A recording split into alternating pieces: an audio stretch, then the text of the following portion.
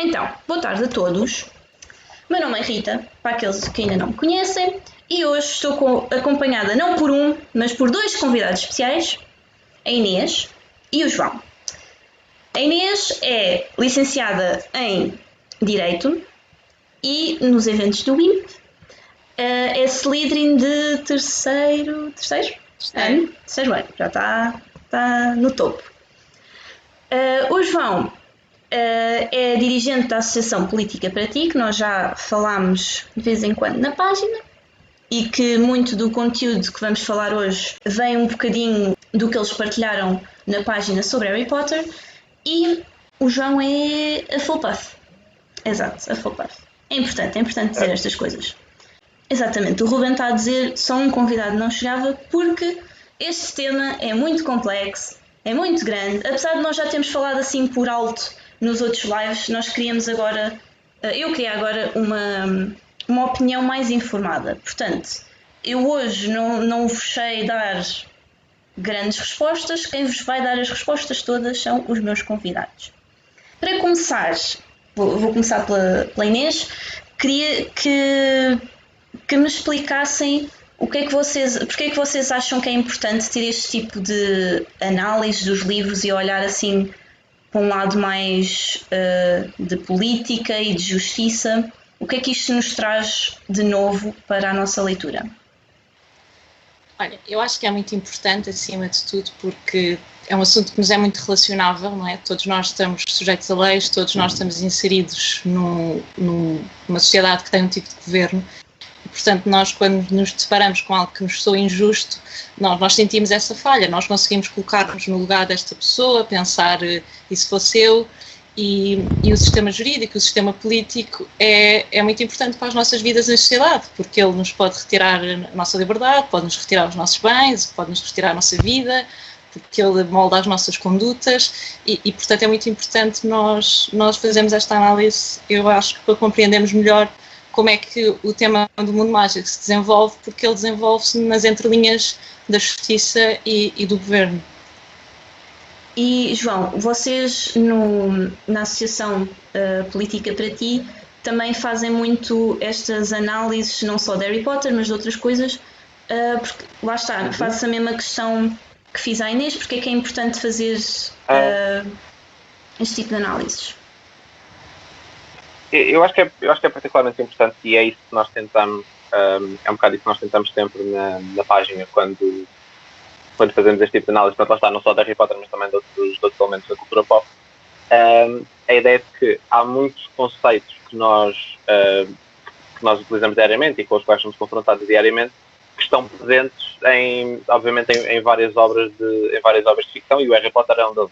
O Harry Potter é a construção de um mundo que tem ministérios, tem tribunais, tem escolas, tem sistemas de organização de ensino, tem sistemas de justiça e, portanto, há uma série de conceitos com os quais nós temos que lidar diariamente para exercer a nossa cidadania normalmente, ou seja, em termos de eleições, em termos de se alguma vez formos chamados a estar presentes no tribunal, em termos de mesmo tentarmos influenciar o nosso sistema político, participando politicamente, há uma série de conceitos de política que estão presentes nestes universos e que estão presentes em particular no mundo de Harry Potter e, portanto, isto pode ser uma boa maneira de, principalmente para os mais jovens, nós, de uma maneira um bocadinho mais divertida e que não seja tão que não implique estar, portanto, a estudar aquilo que pode ser um pouco aborrecido como um sistema político, permite-nos utilizar algo divertido, como Harry Potter, para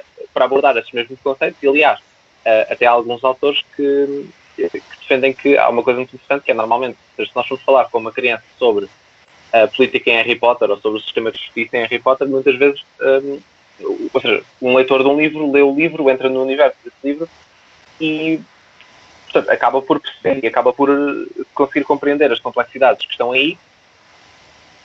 O que é bom nestas análises é que nos permite fazer depois a transposição disso para o nosso mundo. E, portanto, muitas vezes é simplesmente apontar, olha, repara, tudo aquilo que tu já sabes e tudo aquilo que tu já aprendeste a ler este livro, agora podes aplicar esses mesmos conceitos na tua vida diária. Sim, e é um bocadinho por aí, é uma boa maneira de... É importante fazer essa discussão. Vamos começar por uma coisa que eu acho que toda a gente percebeu ao ler os livros, mas não sabe exatamente o conceito. Nós conseguimos perceber que o Ministério da Magia não funciona de uma maneira ideal, digamos. Portanto, eu ia pedir ao João que nos explicasse um bocadinho quais são as falhas, entre aspas, que existem no Ministério da Magia e porque é que nós nos sentimos que de facto aquilo não é o melhor sistema de governo. Pronto, ou seja, nós não... Aí há um pequeno problema que é nós não temos, pronto, porque isso não é o foco dos livros, não é o foco dos livros, é a história do Harry, não temos uma enorme descrição da maneira como o Ministério da Magia funciona. Portanto, penso eu que existe uma menção de que o Ministro da Magia é eleito, mas nós não temos a menção de quem é o eleitorado, portanto, quem é que o elege. Não sabemos exatamente se existe um Parlamento e não sabemos exatamente como é que funciona o sistema de justiça. Mas, idealmente, num sistema como o nosso, aquilo que nós teríamos seria um executivo, neste caso o Ministro da Magia e o resto do Ministério da Magia, um poder legislativo com um tribunal, com um parlamento, ou seja, com um órgão tendencialmente que tente representar da melhor maneira possível as várias tendências na sociedade mágica, e depois um sistema de justiça independente. E um dos conceitos essenciais na democracia é que estes três poderes têm que estar sempre separados. Algumas das falhas em termos de democracia no sistema do Harry Potter é, para já nós não sabemos quem é que elege o Ministro da Magia. Portanto, nunca nos é dito especificamente como é que ele é selecionado, já nem quem é que é o eleitorado, portanto, quem é que vota nele, nem como é que ele é eleito, ou seja, nós não sabemos se ele é, por exemplo, eleito diretamente, ou seja, se as pessoas votam mesmo no nome dele, não sabemos se é uma eleição indireta em que as pessoas votam numa espécie de conselho superior, uma espécie de um colégio eleitoral que depois elege o Ministro da Magia, não temos informação nenhuma sobre isso. Aquilo que sabemos é que existe o Isengard, que parece funcionar como uma espécie de tribunal, mas que é presidido pelo próprio Ministro da Magia. Isto coloca um problema, lá está, em termos da tal separação de poderes, no sentido em que o Poder Judicial é suposto conseguir controlar o Poder Político e o Poder Político é suposto conseguir controlar o Poder Judicial, e isso não acontece quando o Poder Político preside àquilo que nos é dado a entender que é o maior órgão do Poder Judicial. E isso depois vê-se mais à frente, por exemplo, nos casos o caso da sentença do Sirius no Prisioneiro de Azkaban, quando o Sirius é sentenciado, não nos é dada nenhuma informação de que houve um julgamento.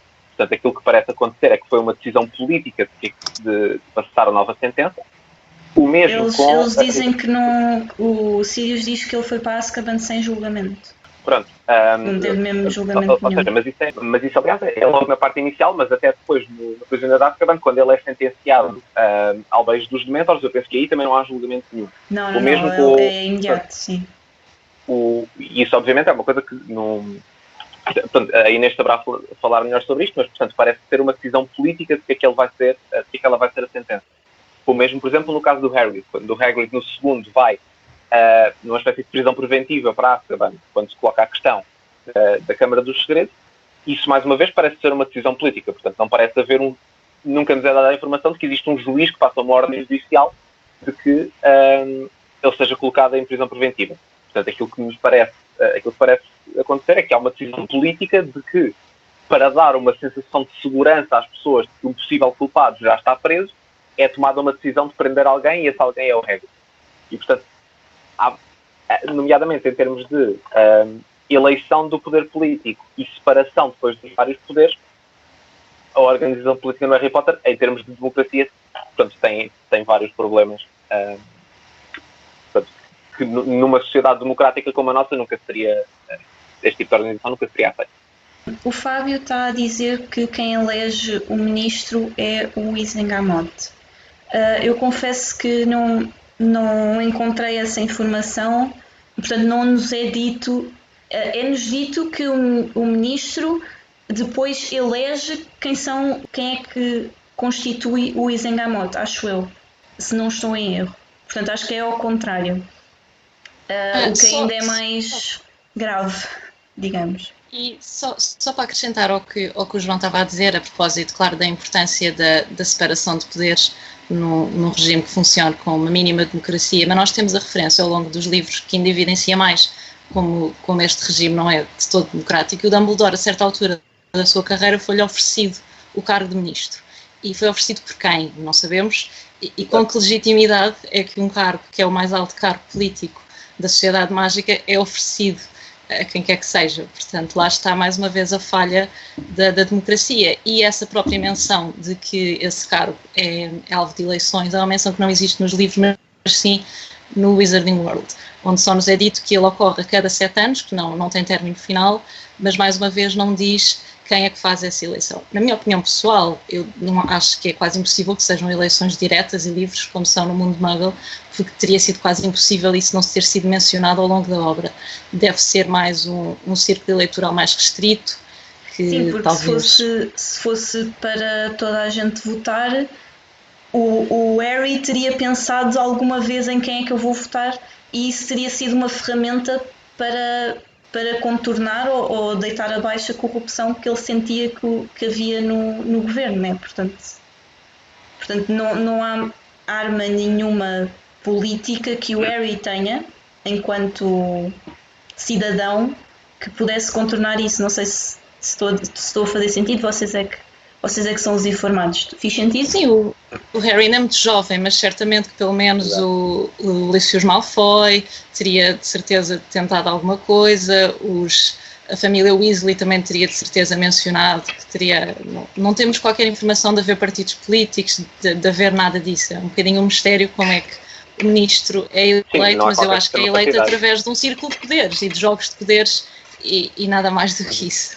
E é só dizer que, ou seja, eu não tinha essa, por acaso não tinha essa noção de que era o Ministro da Magia que nomeava os feiticeiros do Isengard, mas isso aliás é uma coisa que é bastante típica dos regimes autoritários, que é haver os órgãos de justiça serem não só dominados pelo poder político, mas aliás os próprios juízes serem diretamente nomeados por esse mesmo poder político. Isso é uma coisa que é, e aliás que é uma espécie de um dos primeiros sinais de alerta que um regime pode estar a passar de uma democracia de novo para um autoritarismo. Por exemplo, isso aconteceu agora recentemente no caso da Hungria.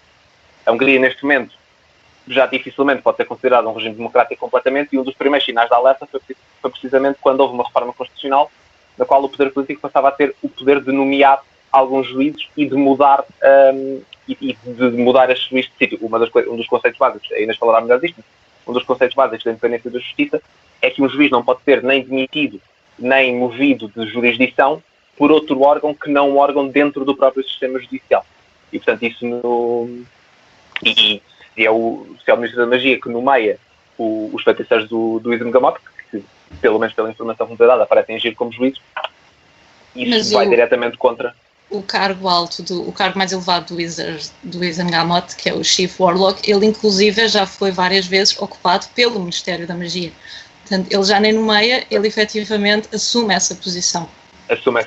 Pois. O Ruben está a dizer, cá para mim é uma escolha tipo Papa, os de cargo alto são escolhidos e dentro desse grupo escolhem entre eles. Lá está, isto são tudo o que nós dissermos, vamos ter de assumir certos pontos para dar a nossa opinião, não é? Nem tudo está descrito nos livros, mas não torna esta discussão menos válida. Pronto, estávamos a falar de como é que funcionava o Ministério da Magia e lá está, dessa separação que não existe muito entre o Ministério da Magia e o poder jurídico.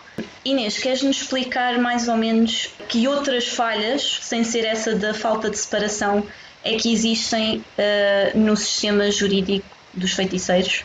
Eu acho que chama imediatamente a atenção é a inexistência de um defensor, de um cargo semelhante a um advogado e de uma certa limitação do quanto é que o arguido ou o acusado poderá falar. Ele às vezes pode trazer testemunhas, mas esse direito não é sempre garantido. Ele muitas vezes não lhe é dado a oportunidade para falar, se é quando existe julgamento, porque vejamos o caso do Sirius Black, onde esse julgamento nem sequer é feito. Eu acho que há aqui uma grande pressa em alcançar um resultado e não necessariamente uma preocupação pela justiça. E há aqui algumas pessoas que intercedem a favor, por exemplo, o Dumbledore intercede a favor do Harry na audiência dele, quando ele foi acusado de praticar magia enquanto menor, mas lá está, é o Dumbledore e é o Harry Potter.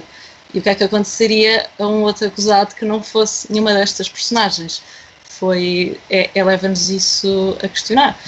E não havendo também, o processo é muito rápido, o processo entre a acusação, a investigação, a acusação, o julgamento, é tudo feito de uma forma excessivamente rápida que compromete a procura da verdade, porque acho que quase que se quer chegar a um resultado e se molda o sistema para chegar a esse resultado. E não percebes o processo da investigação, da acusação, do julgamento, é quase que coincide com o só. Nós também vemos que muitas vezes a própria figura do juiz se confunde com a figura da acusação. Não há uma semelhança ao que nós temos cá, um Ministério Público que faz a acusação, um defensor que faz a defesa e um julgador que julga. Não há defensor e a acusação é o próprio julgador. Logo, isto aqui parece óbvio que não garante a justiça, pelo menos não garante a justiça para o acusado, que não tem oportunidade de expor os seus factos e de ser defendido convenientemente. Porque é que acham que foi escrito desta maneira, tanto o Ministério da Magia como o sistema jurídico? Qual é o porquê? É só isso, é porquê fazer desta maneira e não fazer... Eu acho que no caso da justiça, eu acho que isto é uma crítica propositada. Não acho que isto seja, algo que aconteceu porque a J.K. Rowling se esqueceu de fazer melhor. Não.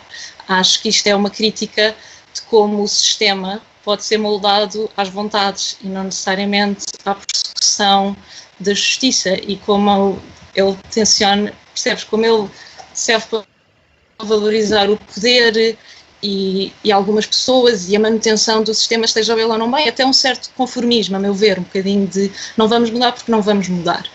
E toda esta corrupção que existe no sistema, que é uma corrupção já intrínseca à instituição, que mesmo que tu chegues e tu queiras mudar, é muito difícil, é barreiras atrás de barreiras, e eu acho que isto é uma metáfora para todos os sistemas que funcionam assim. A questão governamental, eu acho que também é isso, mas isto é uma obra que se foca, claro, no Harry, na vida do Harry, também não pode explorar tudo, não é? Portanto, também há aqui algumas coisas que não são exploradas porque não há tempo e se calhar nem sequer interesse em explorá-las. Mas na questão da justiça, sobretudo a questão da Azkaban e dos Dementors, eu acho que é uma crítica da J.K. Rowling propositada às falhas que o sistema pode ter e como ele pode ser instrumentalizado a favor de alguns e não da sociedade num todo. Não sei se o João quer acrescentar alguma coisa. Eu ia concordar com a Inês, essencialmente, aliás, até porque ao contrário do sistema político, nós temos várias menções ao sistema político, mas principalmente não são tanto menções ao sistema político, são mais menções de personagens políticos. No caso do Fudge, principalmente o caso do Fudge e depois o caso da Umbridge. Mas no caso do sistema judicial, nitidamente, é algo que sucessivamente e ao longo de vários livros vai tendo um papel bastante significativo. Portanto, quer no segundo, quando o Hagrid vai para Azkaban, no Prisioneiro de Azkaban, em que um dos grandes temas do livro é, obviamente, o sistema de justiça. Na Ordem da Fênix, quando temos a audiência do Harry. Portanto, o sistema judicial vai continuamente aparecendo ao longo dos livros e não vai mudando ao longo dos livros. Portanto, vai-se mantendo como aquele sistema opressivo e extremamente pouco democrático que estávamos a discutir. E, portanto, não parece todo um grande salto assumir que foi propositado e que foi, por um lado, uma crítica àquilo às formas mais autoritárias que o sistema de justiça pode assumir e, por outro lado, uma oportunidade também para este tipo de conversas e para discutirmos exatamente o que é que se passa ali e o que é que está de errado ali.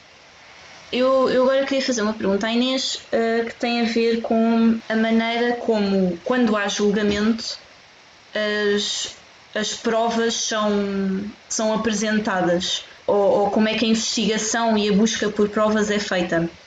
Porque nós sabemos que os feiticeiros têm tanta tecnologia mágica diferente da dos Muggles que se calhar poderia ser aplicada no contexto da justiça e não é. E a minha questão é se isso é falha ou se faz sentido, por exemplo, usar Veritaserum ou ler a memória à pessoa com o pensatório? Qual é a resposta correta e formada? É assim, na minha opinião, isso nunca poderia ser aceito porque isso força a pessoa a revelar imensa informação que ela pode ou não querer revelar. A pessoa perde completamente a autonomia e perde o domínio daquilo que quer ou não dizer. Eu considero isso uma violação até da integridade física da pessoa, porque a pessoa é forçada a revelar algo que pode ou não querer. Pode ainda incriminar-se ou incriminar outros, e não propositadamente, mas eu acho que aqui no mundo mágico a preocupação principal, não acredito que seja esta, porque acho que este sistema é tão viciado que não me parece que estejam muito preocupados com a pessoa, muito mais um acusado. Acho sim que essa poção pode ser difícil de controlar, ou seja, pode ser fácil de controlar para algumas pessoas. Acredito que alguns feiticeiros mais poderosos consigam, através de dos seus conhecimentos, de oculência e isso, conseguir barrar certas coisas. E eu penso que até, não sei se nos livros, se há alguma entrevista, mas eu tenho a ideia da própria J.K. dizer que a poção funciona melhor em pessoas que estão desprevenidas, que não sabem que estão a ser alvo da poção. Ou seja, uma pessoa que sabe pode já à partida querer defender-se e a poção acaba por perder o seu propósito. Portanto, eu acho que é mais por aqui, mas na minha opinião pessoal será sempre uma violação do ser humano, mas não acho que seja esta a questão aqui. Acho que é mesmo uma questão de tecnologia da poção. Okay.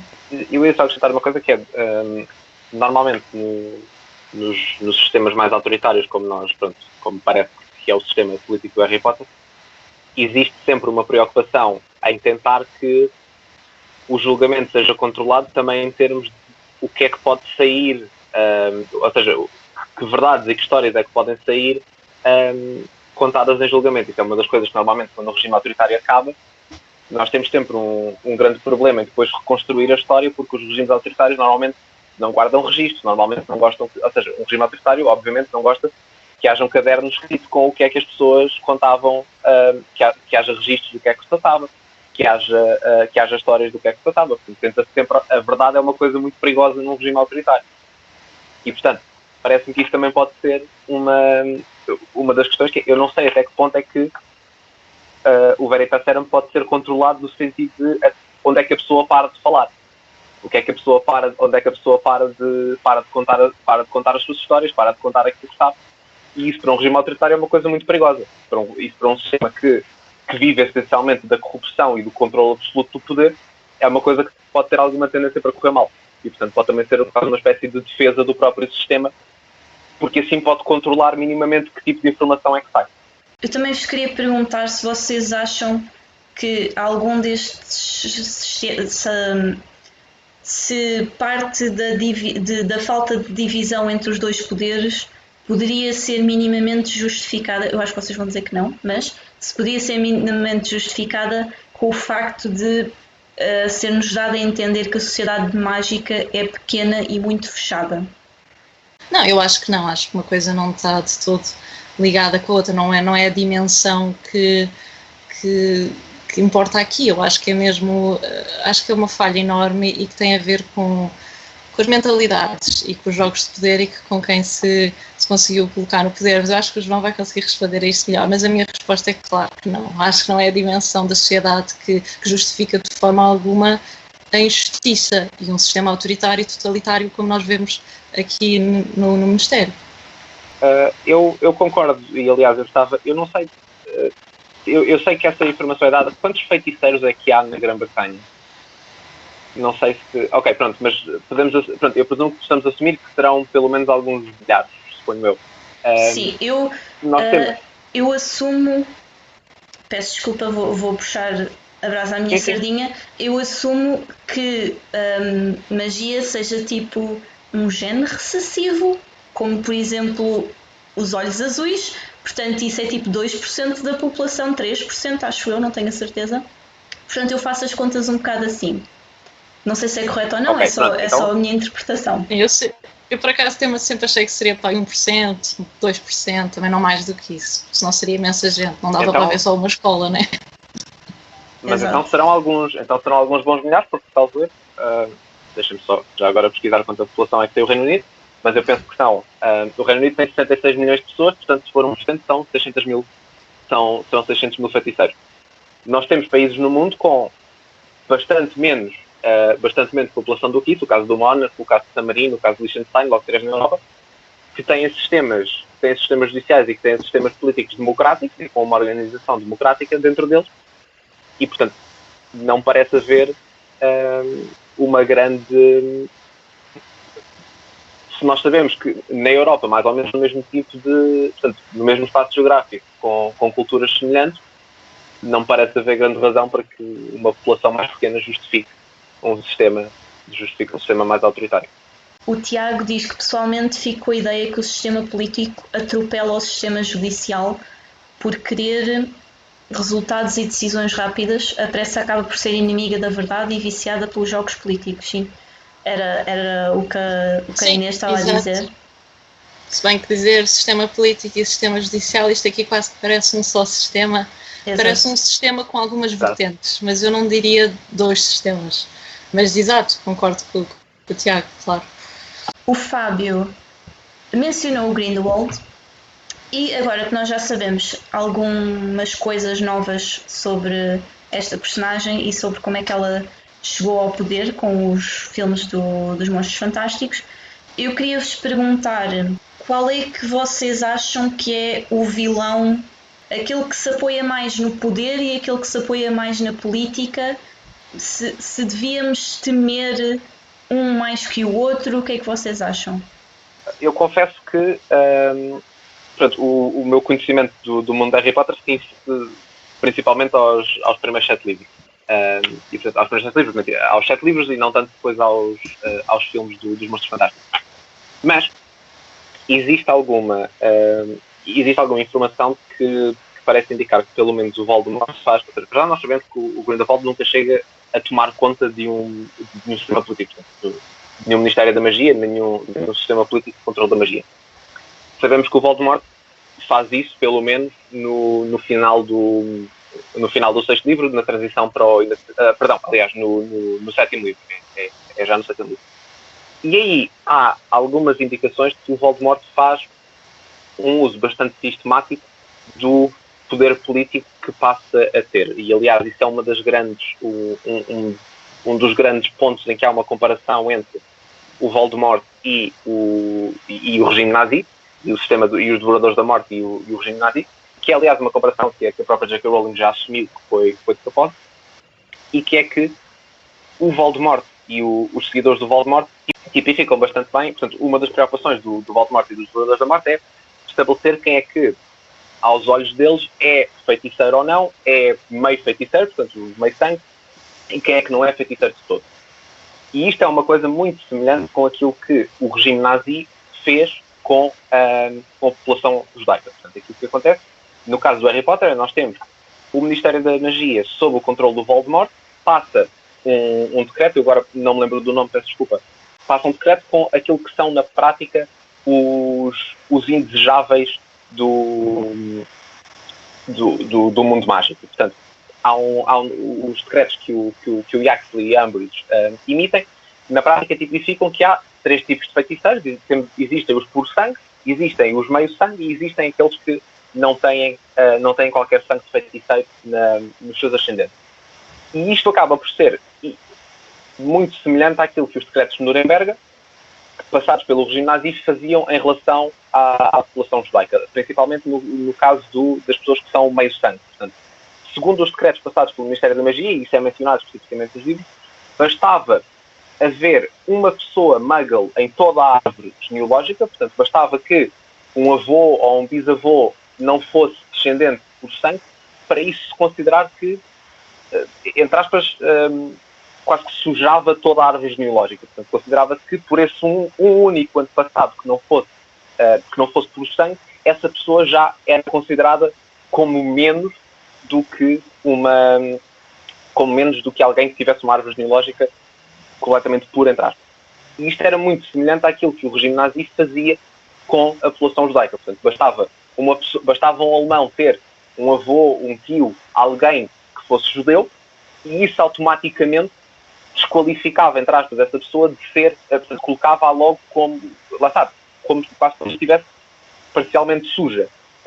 E é o mesmo que acontece no caso e é o mesmo que acontece no 7º livro com os decretos de Voldemort. E, portanto, embora o Voldemort, o próprio Voldemort, esteja claramente mais preocupado em encontrar a varinha de tabuleiro e em encontrar o Harry, e depois mais tarde em proteger os Horcruxes, o Ministério da Magia, sob o controle dele e sob o controle dos seus seguidores, faz uma repressão muito sistemática, uma repressão tipificada na lei. Portanto, existem leis que claramente codificam quem é que é considerado melhor ou pior, quem é que aos olhos do Ministério da Magia é considerado como mais ou menos digno de melhor ou pior tratamento. E isso é muito semelhante àquilo que Adolf Hitler fez na Alemanha nazi. Portanto, a maneira como esses códigos de lei funcionam é de facto muito semelhante. E, portanto, embora ele pessoalmente não pareça tomar grande interesse nisso, pelo menos os seus seguidores tomam e têm a preocupação de, com o poder político que têm, terem uma repressão que não é só uma repressão pela força, não é só uma repressão pela violência explícita, mas é também uma repressão da própria lei e da própria organização política e legal da sociedade. E, portanto, eu não diria que, portanto, embora o Grindelwald talvez seja ele próprio explicitamente mais preocupado com essas questões, o único dos dois que toma de facto controle do sistema político usa-o a seu favor e usa-o para avançar a sua ideologia e para avançar aquilo que era a sua visão do mundo.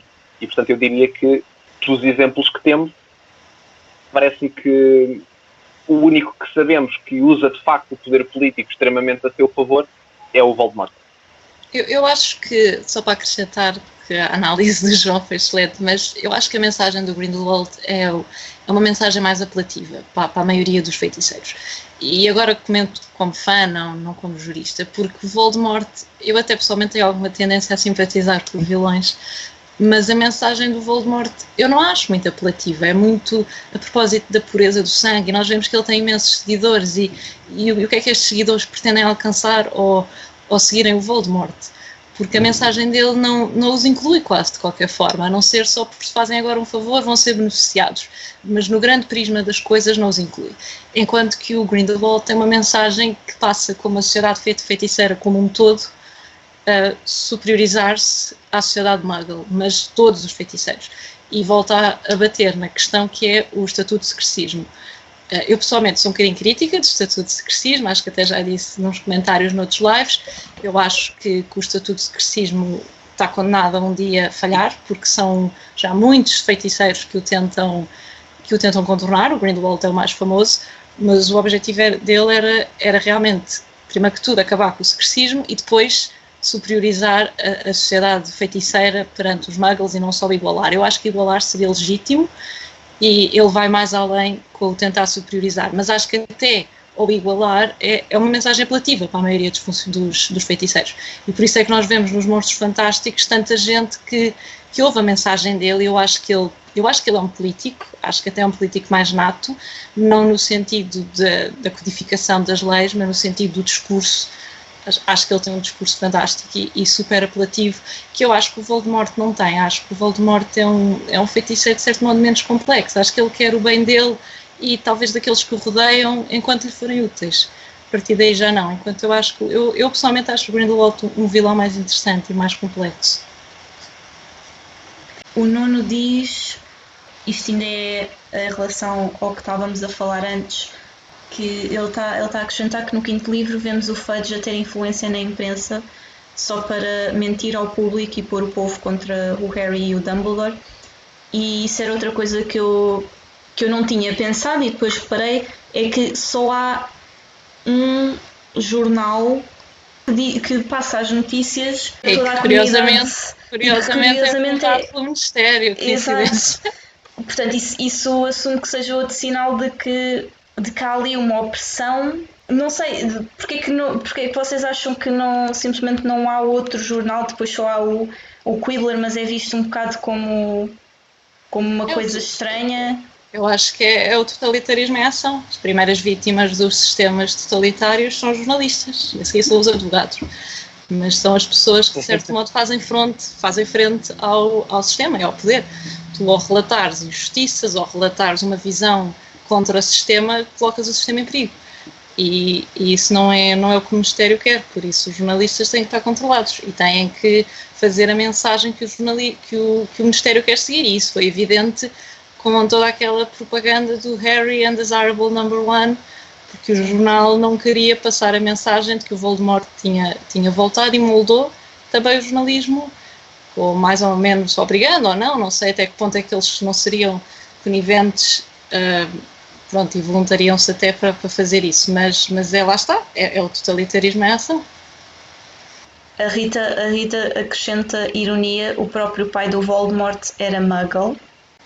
Não sei se está totalmente provado ou não que o Hitler também tinha ascendentes judeus, não sei, mas eu assumo que a própria J.K. Rowling, aliás, eu vi numa entrevista que ela disse mesmo que essa parte também foi baseada nesse rumor, pelo menos, né? que o Hitler não tinha... Exatamente. Sim, há uma entrevista em que ela diz especificamente que, portanto, em que eu penso que, aliás, a interação é o entrevistador que pergunta mas o Voldemort também tinha um pai Muggle, e a J.K. Rowling responde assim como o Hitler também tinha passados os judeus. Portanto, pelo menos essa parte, sendo verdade ou não, terá sido baseado nessa ideia, pelo menos. E aliás, se me permite só acrescentar mais um pequeno ponto em relação à questão da preocupação do Voldemort ser com a pureza do sangue e não com o bem-estar dos feiticeiros, isso nota-se muito claramente naquilo que é a ordem de poder e de prioridade nesse decreto. Portanto, segundo o decreto da pureza de sangue, a ordem a quem é que deve ser dada prioridade, por exemplo, no acesso a cargos públicos e no acesso a empregos dentro do Ministério é, primeiro, a feiticeiro por sangue, depois falta-me o termo para as pessoas que são por sangue, mas que não têm poderes mágicos.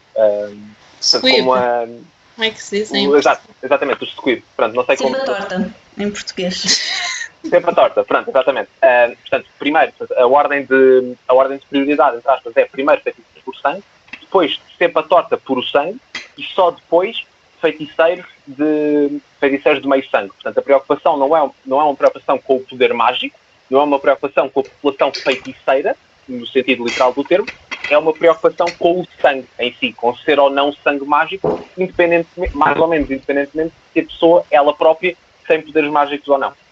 A Susana, que foi quem respondeu que o Hitler também teria ascendentes judeus, diz que é historiadora, portanto vamos acreditar na palavra dela, né? É a pessoa mais informada para nos confirmar isso.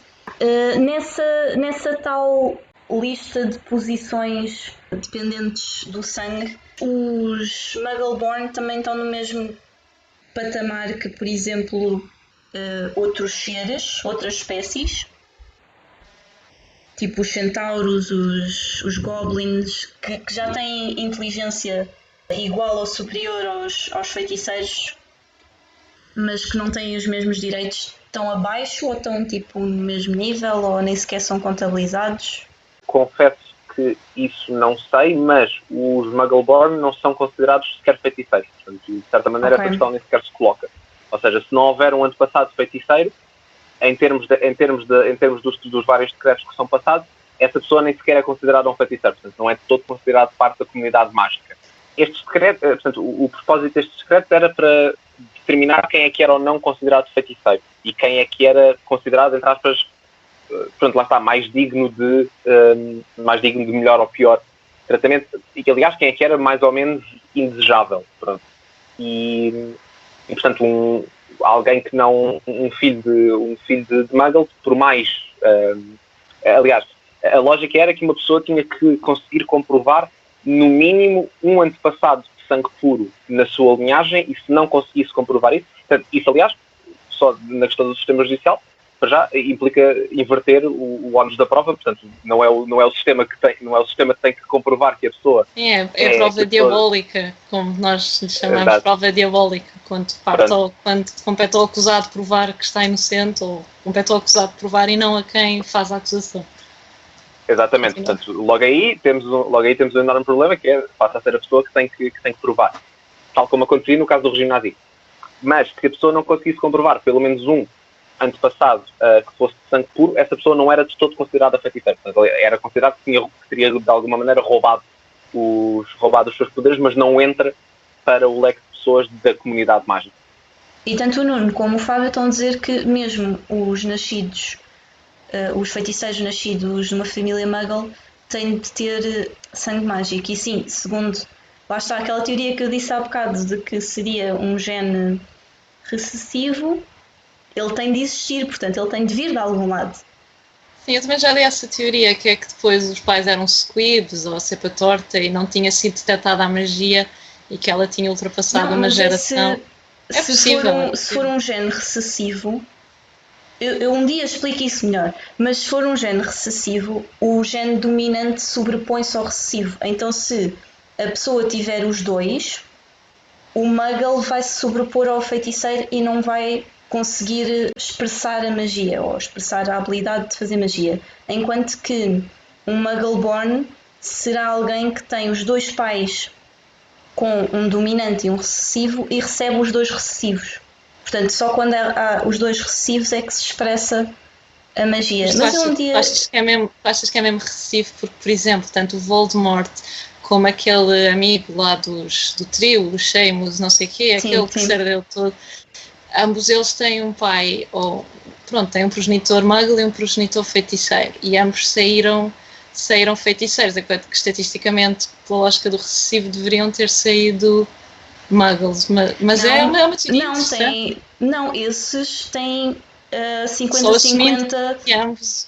Esses têm 50-50 oportunidade de ser feiticeiro, porque a mãe, para ser feiticeira, teria de ter os dois recessivos e o pai Muggle teria um recessivo e um dominante. Como os pais dão cada um, dependia só do que é que o pai passava à descendência. Ok.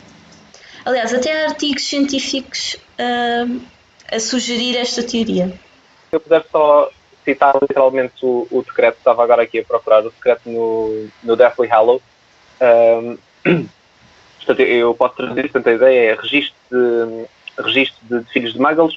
O Ministério da Magia está a fazer um inquérito aos chamados filhos de Muggles para melhor perceber como é que passaram a possuir segredos mágicos. Pesquisa recente realizada pelo Departamento de Mistérios revela que a magia só pode ser passada de pessoa para pessoa quando as reproduzem. Se não houver nenhum antepassado feiticeiro comprovado, o chamado filho de Muggles será provavelmente obtido poder mágico por roubo ou por força. E, portanto, lá está aquela ideia, mesmo portanto, na própria lei, aquilo que é determinado é que se não houver nenhum antecedente mágico, considera-se que a pessoa terá roubado. Isso também era uma coisa que foi uma coisa que aconteceu, se não estou em erro, no regime nazi, em que eles se apoiavam em factos científicos para justificar essas leis e para justificar esse preconceito.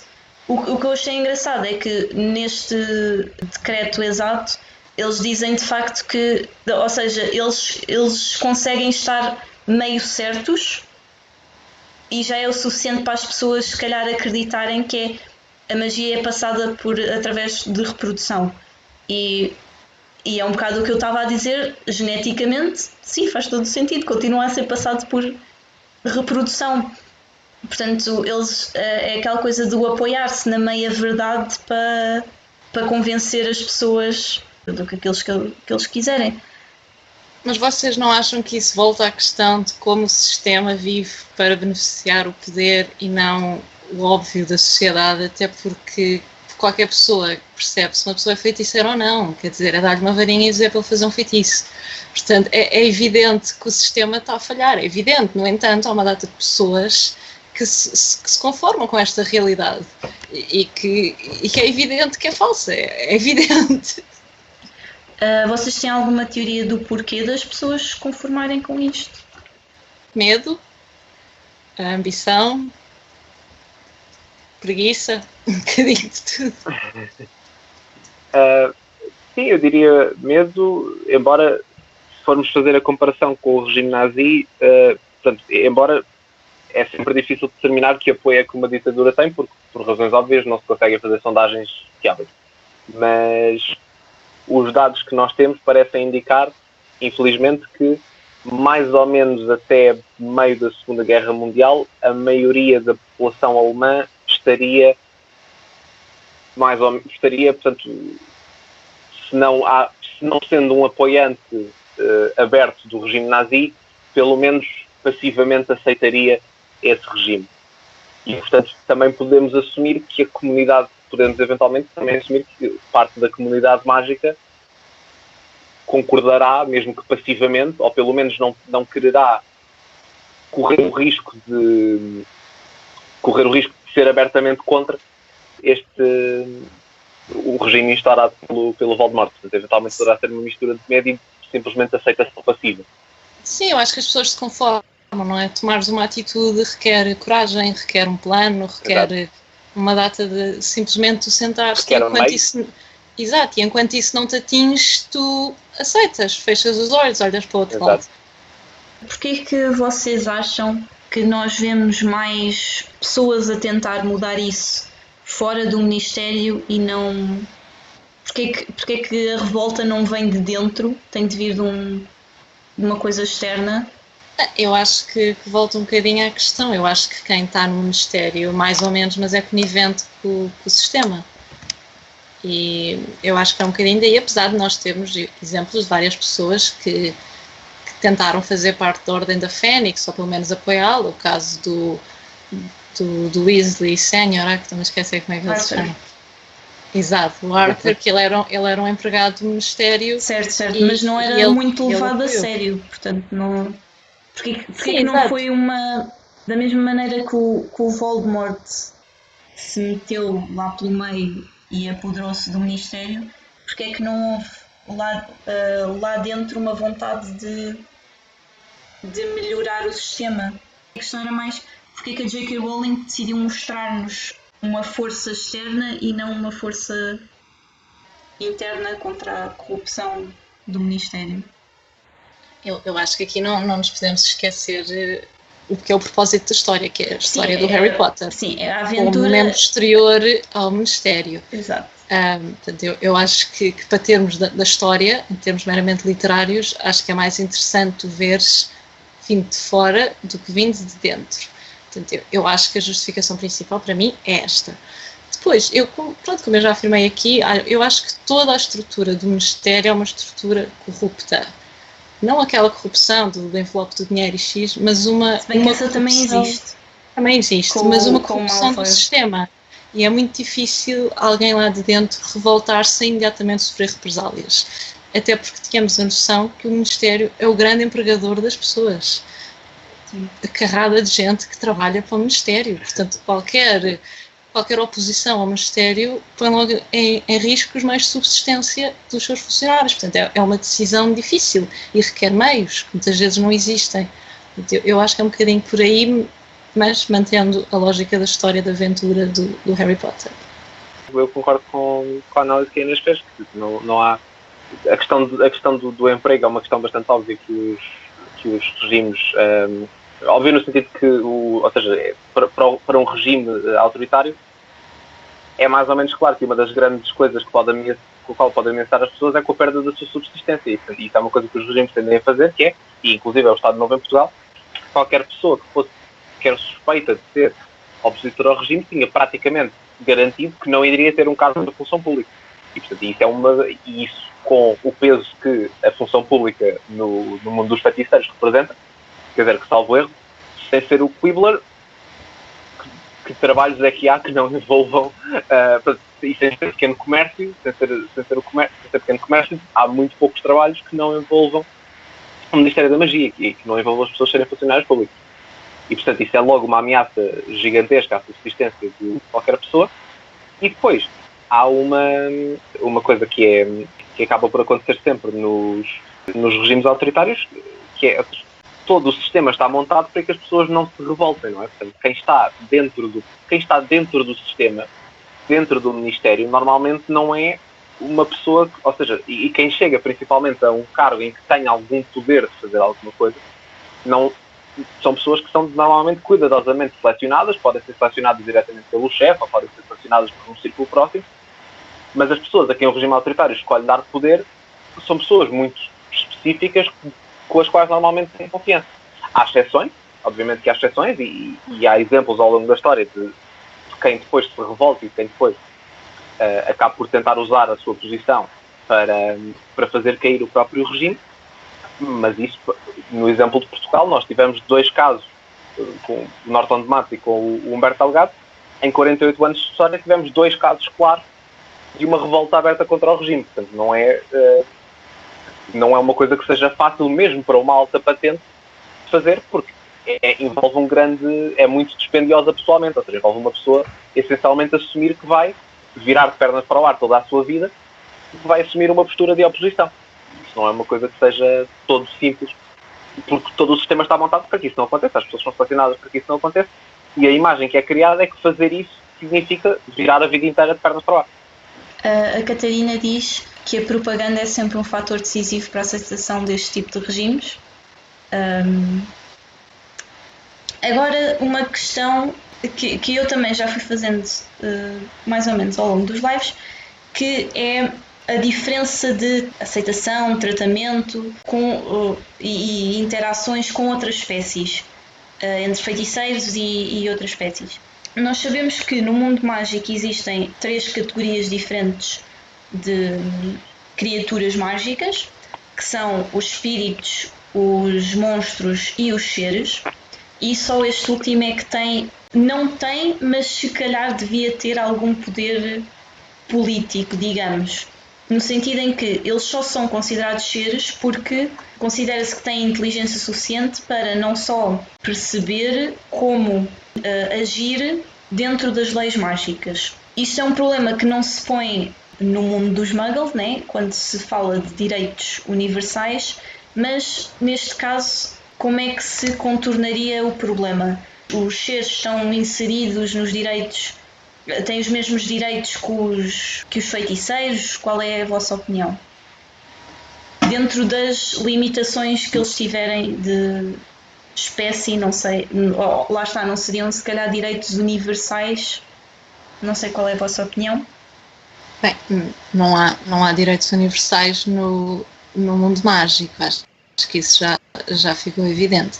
Os direitos humanos, como nós os temos no mundo muggle, que mesmo assim não são propriamente universais, mas no mundo mágico eu acho que eles estão completamente ausentes.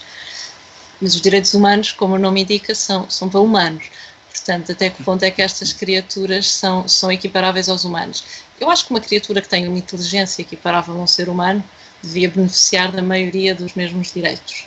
Porque, no fundo, o que nos distingue como seres diferentes é a nossa inteligência. E havendo uma criatura que tem essa inteligência equiparável, a mim faria sentido que ela tivesse muito mais direitos, nomeadamente o uso da varinha. Sobretudo para os que a querem ter. E aqui lá está a questão da escolha. Porque nem todos a querem ter. Eu tenho a ideia que os centauros têm uma perspectiva diferente, certo, aqui das coisas, de, por exemplo, os goblins ou até os elfos, se bem que a questão dos elfos é muito mais complicada pela natureza, pronto, em que eles estão inseridos, como servos de uma família, mas eu acho que deveria ser dado muito mais direitos por causa da inteligência. No entanto, acho que também há aqui uma questão, pelo menos a mim me suscita, que é a questão do estatuto de secretismo. Se tu começasses a dar imensos direitos a estas criaturas, quer dizer, onde é que elas poderiam inserir na sociedade? Tipo, não sei se estas criaturas poderiam andar no mundo muggle, se viriam só no mundo mágico, porque é um mundo tão secreto que se tu começares a autorizar as criaturas a fazerem tudo, se não pões em causa esse secretismo que existe. Não sei, por acaso lembrei-me disto agora, não tinha pensado. Mas eu acho que deveria ser dado mais direitos a quem tem inteligência equiparável ao humano. Para mim isso seria o ponto fulcral. Não, eu tendo a concordar com a Inês, ou seja, parece-me plausível assumir que a questão de direitos humanos talvez não se coloque exatamente da mesma maneira que se coloca no nosso mundo, em que criaturas, seres pensantes como nós, só existimos nós. E portanto parece-me que a questão pode não se colocar exatamente da mesma maneira.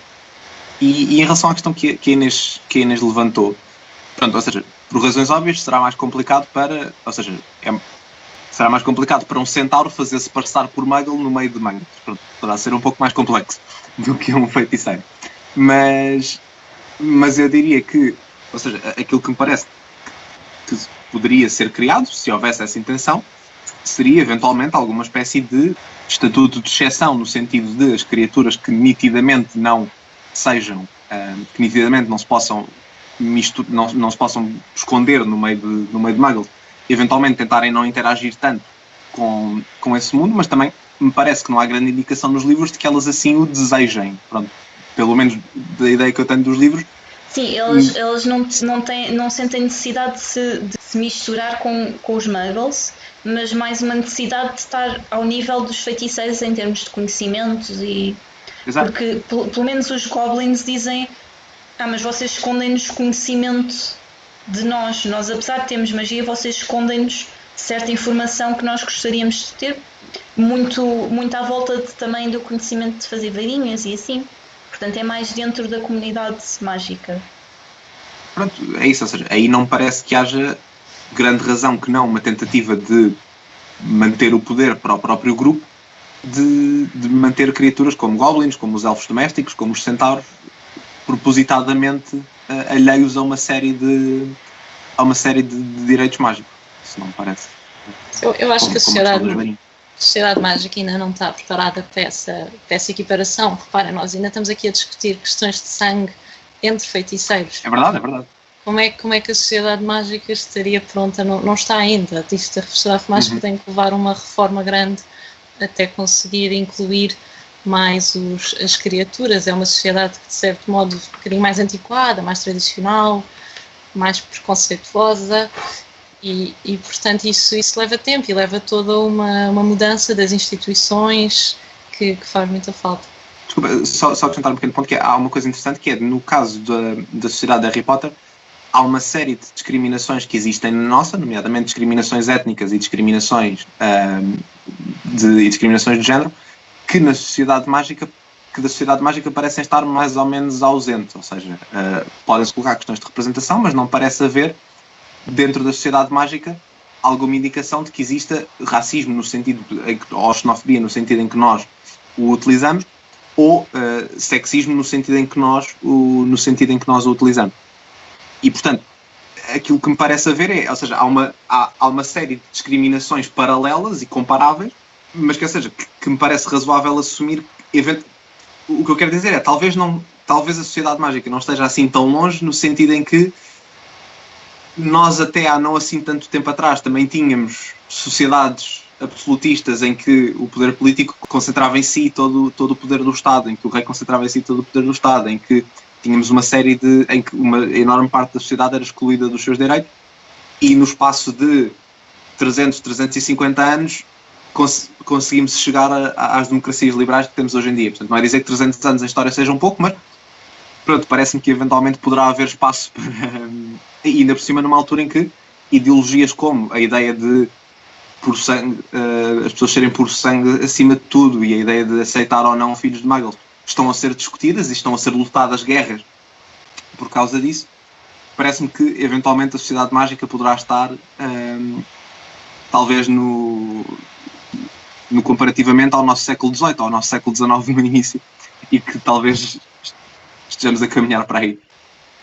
Porquê é que vocês acham que os feiticeiros estão tão atrasados em relação aos muggles? A sociedade que se fechou muito, uma sociedade que não recebe muitas influências do exterior, apesar de estar rodeada de muggles. Eles quase que propositadamente se afastam, propositadamente afastam-se dos muggles, negam qualquer tipo de conhecimento muggle, negam o uso de tecnologia muggle, portanto vivem um bocadinho numa bolha, e eu acho que vive um bocadinho atrás, e acho que temos imensos exemplos disso. Aliás, para mim, até a própria infância e a adolescência, eu acho que são mais características de uma sociedade mais antiga, onde as pessoas eram forçadas a crescer mais rápido. E eu acho que isso é evidente ao longo da série, como há uma responsabilização dos jovens muito maior. Está aqui esta floresta perigosa, não vais. Se vais, pronto, vais-te dar mal, mas não há esta proteção da inocência, como nós fazemos aqui. Eles vão muito mais jovens para um colégio interno. Eu acho que tudo isso é um reflexo como a sociedade... Sim, eu concordo com o João que está ali um bocadinho no século XIX, vá. E acho que é um reflexo de ter isolado, porque as culturas ganham quando se abrem, ganham influências, ganham outras perspectivas, e uma cultura que se isola é, a meu ver, necessariamente uma cultura mais retrógrada. Sim, eu concordo em absoluto. A Milene está a dizer que nunca daria uma varinha a um goblin. São conhecidos por serem criaturas violentas. Quem sabe se não iriam causar problemas entre as outras criaturas mágicas. Para além disso, os goblins também têm conhecimentos que não transmitem aos feiticeiros, por exemplo, a arte de forjar armas. Ao que a Susana responde, não se pode abolir a discriminação e fazer exceções. Ou se, não sei se o termo é abolo, ou se tira toda a discriminação ou não. Quando há exceções não se faz a diferença. Não sei se vocês querem acrescentar alguma coisa. É comentar o comentário. Sim, não se combate a injustiça com injustiça, não é? Combate-se a injustiça com justiça. E às vezes isso passa... Eu percebo a perspectiva da Milene, mas não será isso uma perspectiva um bocadinho de vingança e não necessariamente de procura da justiça. Vocês não dão, então nós também não vos damos. Pronto, isto é um bocadinho como a sociedade mágica agora vive. Mas se calhar viveriam todos melhor se conseguissem beneficiar do conhecimento dos outros. Alguém tem que dar o primeiro passo. Eu só para acrescentar aqui uma coisa, um bocadinho na lógica do comentário da Milene. Numa sociedade democrática, nós consideramos que uma exceção a um direito e a retirada de um direito tem que ser uma coisa que tem que ser muito bem justificada. Ou seja, por defeito, numa sociedade que se considera democrática, nós todos devemos ter todos os direitos possíveis. E, portanto, quando nós dizemos, o caso, por exemplo, da idade de voto, ou seja, quando nós dizemos que quem tem menos de 18 anos não pode votar, isso é uma coisa que, em princípio, se faz a posteriori, no sentido de que o primeiro raciocínio é todos nós temos direito ao voto. E depois, depois raciocinamos que há um determinado grupo da população que não terá essa capacidade. Mas a lógica dos direitos é que são direitos universais.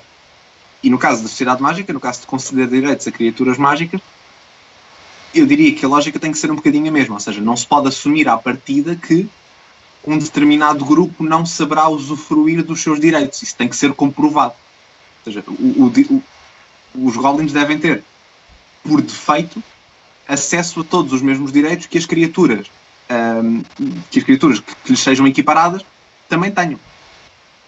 Se depois se comprovar que houve um mau uso, para já parece-me difícil e problemático comprovar que uma raça inteira usufrui mal de um direito. Pronto, mas mesmo que seja esse o caso, isso é algo que se faz a posteriori. A priori os direitos têm que ser acessíveis a todos, numa sociedade que se queira democrática. A Milene também está a dizer, relativamente aos direitos entre humanos e outras criaturas mágicas, como é que fariam a divisão entre as criaturas com inteligência igual aos feiticeiros? Como é que podem dizer que um centauro tem a inteligência de um feiticeiro e, por exemplo, um hipogrifo não? São ambos criaturas mágicas. Terão de ser criaturas com parecenças humanas? O que é um dragão a menos que um goblin? A definição que está no livro de criaturas mágicas do Newt Scamander é que um ser, e era desses que nós estávamos a falar, que teriam talvez uma inteligência igual ou até superior a um feiticeiro, um ser seriam aquelas criaturas que têm capacidade de entender e agir sobre as leis do mundo mágico. Lá está, não é dizer que as outras criaturas não têm direitos alguns, não é? Como já estavam a dizer aqui acima, o Nuno estava a dizer que o próprio Newt Scamander era um apologista dos direitos das criaturas e por isso é que existe o livro e por isso é que existe uma cadeira que é cuidados com as criaturas mágicas e não só falar delas, é mesmo tratar delas. Portanto, não estamos a dizer que essas criaturas não devem ter direitos, a questão é as criaturas que equiparam mais em termos de inteligência a um ser humano. E nós também estamos a ver isto de uma perspectiva muito antropocêntrica, ou seja, um centauro podia colocar-se a mesma questão em relação a nós. ou um Goblin ou um Elfo. A questão é que eles põem, e nós vemos eles a discutir isso. Aliás, eu estava a dizer há bocado, uma inteligência igual ou superior aos humanos, porque os próprios centauros e os goblins se consideram como uma inteligência superior. Depende do goblin e do centauro a quem perguntares, né? Como tudo. mas que muitos deles se consideram acima, porque muitos deles também têm outros conhecimentos que os feiticeiros não têm e com os quais não decidiram ainda não partilhar. Entretanto, eu queria vos perguntar o que é que vocês acham do sistema de educação em Hogwarts? Se deveria ser mais regulado, se deveria, ou como é para toda a comunidade daquele país, independentemente das regulações, é tipo toda a gente aprende o mesmo, portanto é indiferente. Ou se deveria estar mais... Não sei, qual é a vossa opinião? Não é propriamente a minha área, mas há uma coisa que parece ser mais ou menos... que se parece tornar mais ou menos clara, pelo menos no quinto livro, que é que até à Ordem da Fênix, Hogwarts funciona de uma maneira mais ou menos autónoma do Ministério. Portanto, quando a Umbridge aparece, isso é visto como algo negativo, não só pela própria personagem da Umbridge, mas porque ela significa que o Ministério está a agir para passar a controlar Hogwarts. E, portanto, assume-se que até aí Hogwarts funciona de uma maneira mais ou menos autónoma. Num sistema normal, num sistema democrático, eu diria que isso pode ser problemático existirem escolas que não são responsabilizáveis perante o poder político, no sentido em que nós consideramos que a educação é um serviço prestado pelo Estado e, portanto, em princípio deve haver algum mecanismo de controle de que os programas estão a ser cumpridos e de que as aprendizagens que é suposto serem transmitidas estão a ser cumpridas. Por outro lado, no sistema, na sociedade mágica, que como nós já discutimos amplamente, está longe de ser uma sociedade democrática, eu diria que talvez seja positivo haver a capacidade de haver alguma autonomia, pelo menos de uma das partes desse sistema, em particular do sistema de ensino, porque nós sabemos, e ainda por cima sendo um colégio interno, portanto uma situação em que a socialização parental e o contacto com os pais é mais ou menos retirado, e em que portanto, a socialização é feita, a socialização dos jovens, ainda por cima na adolescência, que é o período formativo, é feita com os seus colegas e com os seus professores, aí pode possivelmente ser positivo que haja algum espaço de autonomia em relação a um poder político autoritário. Claro que isso depois também é uma questão de sorte em termos de quem é que calha a ser diretor e quem é que calham a ser os professores. Pode calhar alguém que é melhor do que o Ministério ou pode calhar alguém que é pior. Pronto. Mas pelo menos naquilo que nós vemos, no caso do Dumbledore e no caso do tipo de educação que é dada em Hogwarts, parece-me que é positivo só no sentido em que aquela sociedade não é regida por um sistema democrático. Se fosse, eu diria que eu diria que o facto de ser quase escandaloso o Ministério querer intervir na escola, numa sociedade democrática, seria algo, a meu ver, negativo, porque, como é óbvio, se é um serviço providenciado pelo Estado, o Estado tem que controlar que serviço é que está a providenciar. Naquela sociedade, parece-me que eventualmente pode ser ligeiramente diferente. Eu concordo com a visão do João. Eu também acho que, em geral, na história, Hogwarts funciona razoavelmente bem, tirando algum grau de perigosidade para os alunos, que se calhar é um bocadinho excessivo para jovens, mas também faz parte da aventura da história. O que a mim me causa alguma confusão, e eu abordei isto num texto que eu escrevi, que a Rita ainda acho que pôs aí, bem, está na descrição. É o caso do aluno ser expulso de Hogwarts quando faz magia fora da escola. E isto para mim dá muita volta à cabeça, porque só há uma escola de magia, não há nenhuma. O aluno não pode ir da escola A para a escola B. Portanto, o aluno fica sem acesso à educação, o aluno fica sem acesso ao conhecimento, o aluno, como penalização, é-lhe inclusive destruída a varinha. O aluno passa a ser... O aluno fica à margem da sociedade. Exato. E é uma condenação de uma pessoa ainda muito jovem, estamos a falar de alunos, estamos a falar de pessoas que podem ter 12, 13 anos, no máximo podem ter 17, inclusive aos 17, se tu fores expulso, tu até retens a tua varinha, que foi o caso do Newt Scamander, mas os mais jovens não. Ora, é uma sanção muito grave para aquilo que é um crime que pode não ser necessariamente muito danoso, porque não é necessário que haja um dano. O aluno faz magia. Pronto, acredito que haja alguma flexibilidade, que não seja toda a magia, mas é uma grande parte da magia que condena uma pessoa, numa fase muito precoce da sua vida, a ficar completamente à margem da sociedade em que se insere, sem nenhuma perspectiva de que isso seja corrigido, sem nenhuma possibilidade de reabilitação. Isto para mim faz-me, é a falha mais grave que eu tenho a apontar ao sistema, não é bem o sistema de educação, porque isto é uma ofensa que é criminalizada, portanto faz um bocadinho parte do sistema judicial, mas que a mim isso é o ponto mais pior que eu tenho a apontar, é esta questão da expulsão, que eu acho que não pode haver uma expulsão que condena a pessoa aos 14 anos e as perspectivas de emprego, como é que ficam, tudo. Sim. Eu acho que a pessoa fica condenada a ser um pária da sociedade por uma ofensa que se calhar não é assim tão gravosa. Aliás, ofensas piores têm sanções menores. Exato, não lhes é retirada a varinha quando os feiticeiros vão para Azkaban. Um prisioneiro de Azkaban é-lhe retirada a varinha, mas ela não é destruída. Não é destruída, exato. Pessoas condenadas a Azkaban. Um miúdo de 13 anos já é, para mim não faz muito sentido, parece-me que a proporcionalidade entre a ofensa e a sanção está aqui um bocadinho confusa. Sim, isso era outra questão que eu também ia pôr, é que não há perspectiva nenhuma de reabilitação no mundo mágico quando uma pessoa é condenada a Azkaban. Tipo, vais para lá só sofrer durante a tua sentença e depois é sempre, não sei, não há um meio termo, é sempre vais para Azkaban e pronto. Sim, Azkaban é quase que só a única punição que existe. As pessoas são praticamente todas ou condenadas a Azkaban independente, ou seja, é a prisão que existe, é aquela se matares uma pessoa, é aquela se roubares, é aquela se fizeres outra coisa qualquer. E depois penas muito, muito pesadas, com todas as questões do julgamento que nós já vimos, com julgamentos absolutamente fantoches, sem hipótese de defesa, sem meras suspeitas, dão penas elevadíssimas. Olha o Hagrid, que foi suspeitas absolutamente infundadas, e ele é condenado a Azkaban. Azkaban é uma prisão brutal, quer dizer, é guardada por seres que sugam a vida, ou que sugam a felicidade, não é só sugam a vida depois, mas que sugam a felicidade. Ou seja, a meu ver, aquilo é tortura constante. É uma prisão meramente para castigar e nunca para reabilitar. E deve haver sempre as duas perspectivas quando se condena alguém. A perspectiva punitiva e a perspectiva de reabilitação, expectante que esta pessoa volte a entrar na sociedade, porque muitos voltam a entrar na sociedade. Nem todos são condenados a prisão perpétua, só uma minoria que é condenada a prisão perpétua.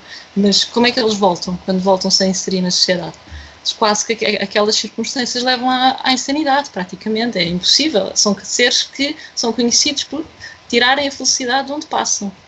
Portanto, não há qualquer perspectiva de reabilitação. As pessoas saem de lá muito piores do que quando entraram. E depois, há aquela questão que aqui acho que já foi mencionada, dos dementores que dão o beijo da morte a qualquer pessoa que fuja da Azkaban, com julgamento ou não. Portanto, é uma condenação à morte que é feita sem qualquer julgamento,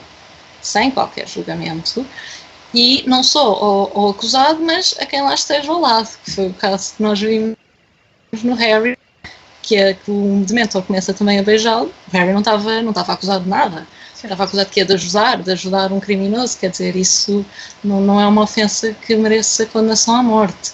Lá está, a proporcionalidade não está aqui muito, muito presente. E se nós repararmos, nós no terceiro livro e filme, nós vemos que quando o Buckbeak é condenado à morte, há um recurso, há um documento, há todo um procedimento para condenar um ser humano à morte, não existe. Portanto, aqui as prioridades estão um bocadinho. Mas lá está, não sei se houve o recurso porque o Dumbledore interviu.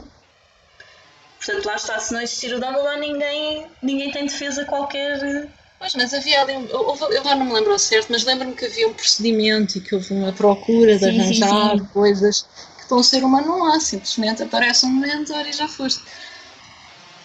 Não, e quer dizer, uma coisa básica como a leitura de sentenças, como a pessoa saber exatamente, e por um oficial de justiça, o que é que foi condenado e porquê. Que é uma coisa que, quer no caso do Sirius, quer no caso do Hagrid, não é providenciada. Não há possibilidade de recursos também. Tu aqui podes recorrer da tua sentença. No mundo mágico não há recurso da sentença. Não, e além de que a própria sentença do beijo da morte, como é óbvio, em nenhuma sociedade que nós consideremos como verdadeiramente democrática, seria aceito, não é? Portanto, nós consideramos que a pena de morte é desumana e por exemplo, nenhum país é permitido o acesso à União Europeia se mantiver a pena de morte. É algo Sim, mas que eu sou absolutamente contra a pena de morte, aliás, contra qualquer tipo de punição com efeitos permanentes e perpétuos, até a prisão perpétua. Mas é uma questão mais discutível, porque há pessoas que se consideram Estados democráticos onde essa pena é aplicada, mas é aplicada de uma maneira, se calhar procedimentalmente, mais justa. Procedimentalmente, porque eu acho que a natureza material não concordo com ela nunca.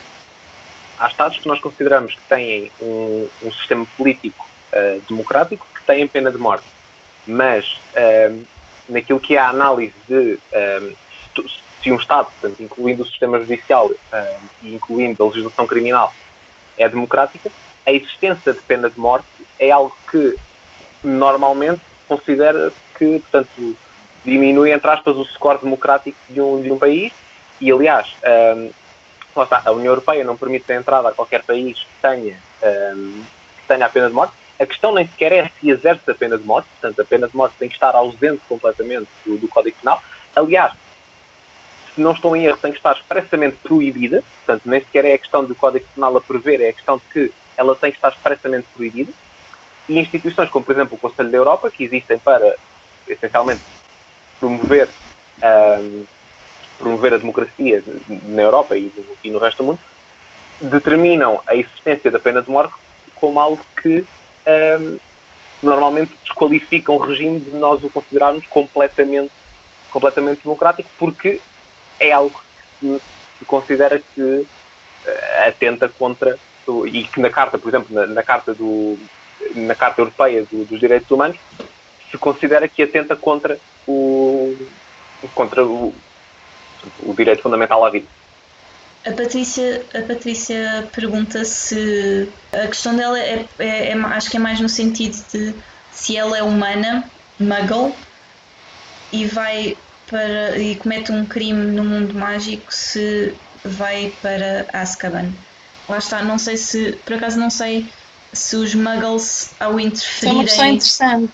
ao cometerem um crime como é que era se o muggle cometesse um crime no mundo mágico, certo, ou seja, que implique a sociedade mágica de alguma maneira.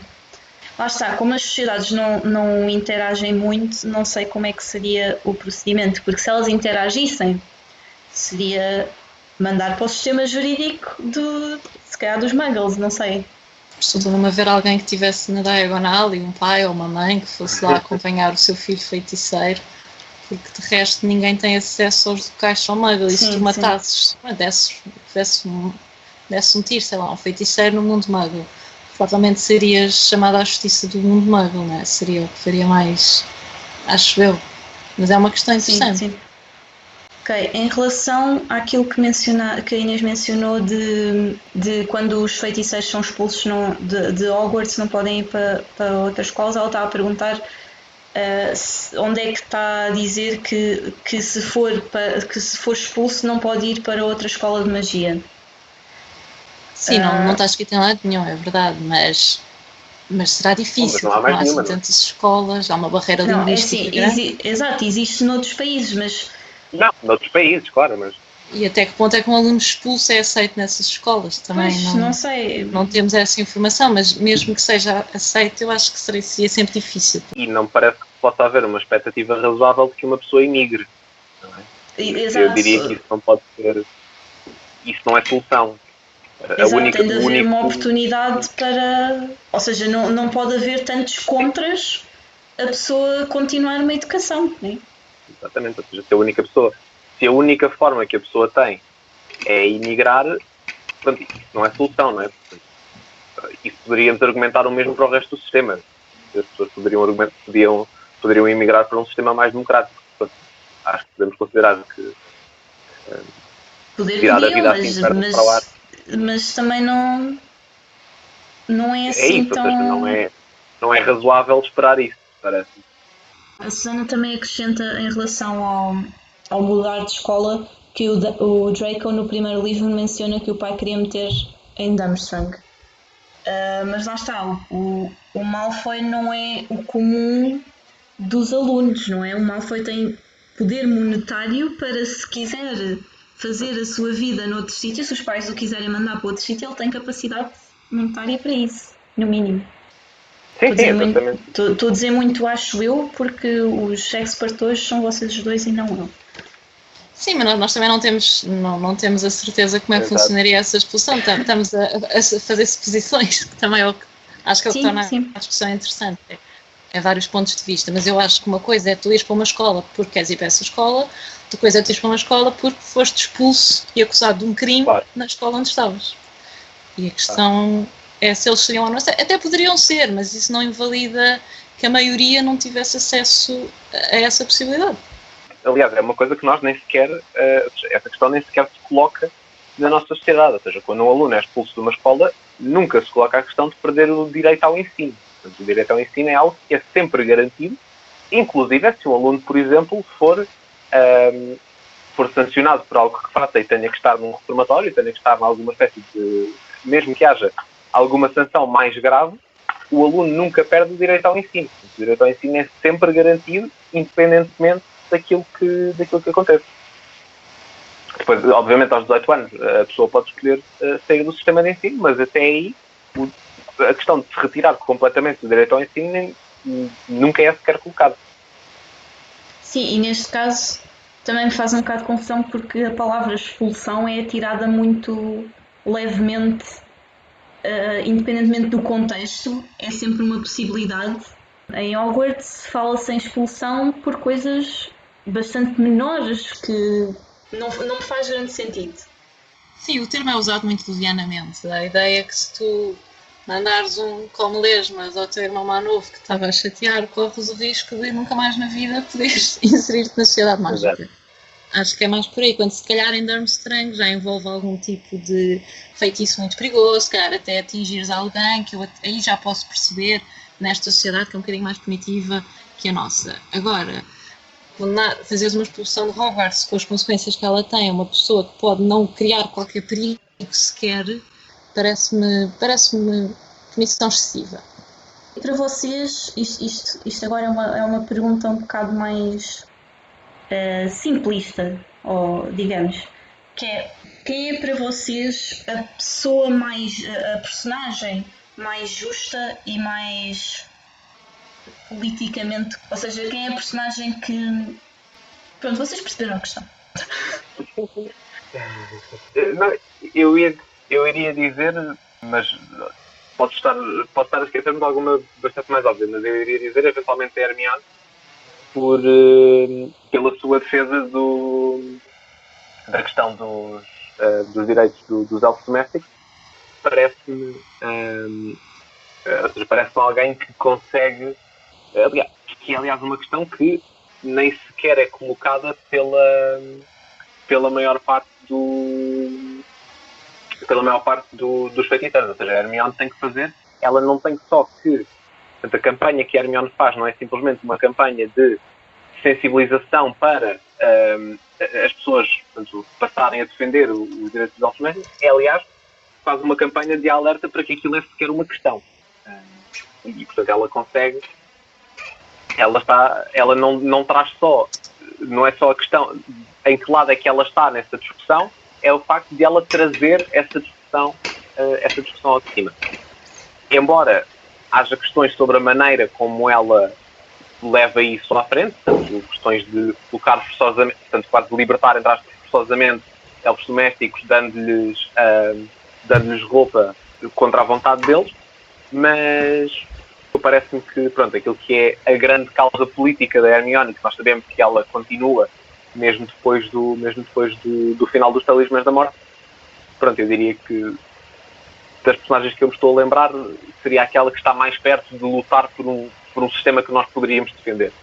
Sim, também acho que é a personagem mais ativista, de certo modo, mas eu também acho que era o Dumbledore quer o próprio Harry, são personagens que demonstram algum conceito de justiça.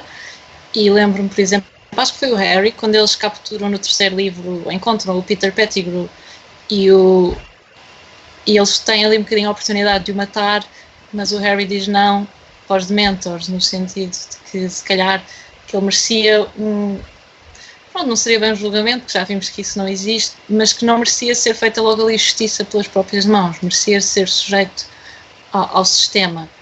E eu acho que isso é um bom indício. E o Dumbledore, mas eu gosto muito do Dumbledore, portanto também sou parcial. Não, mas eu gosto porque vocês responderam tu consoante o lado mais de justiça e o João consoante o lado mais de política, de aplicar a política. E gostei das vossas respostas. Portanto, não sei se vocês querem acrescentar alguma coisa. Então, diz. Obrigada pelo convite. Pronto. Depois eu ia-vos agradecer por terem aceito o meu convite, não é? Exato. Para te agradecer o convite. Eu gostei bastante desta interação diferente. Portanto, espero que toda a gente lá em casa também tenha gostado. E sim, com que isto... ficou 2 horas a ouvir. Exato. Obrigada àqueles que ficaram 2 horas a ouvir. Nós vamos calar-nos então. Portanto, até para a próxima. Obrigada por assistires a Por Detrás dos Livros com Rita Notskitter. Relembramos que esta conversa foi gravada inicialmente em direto no Facebook e que a opinião dos participantes nem sempre reflete a opinião do IMP. Se tiveres algum comentário, dúvida ou teoria sobre os temas abordados neste episódio, deixa nos comentários ou contacta-nos nas nossas redes sociais. Obrigada e até à próxima!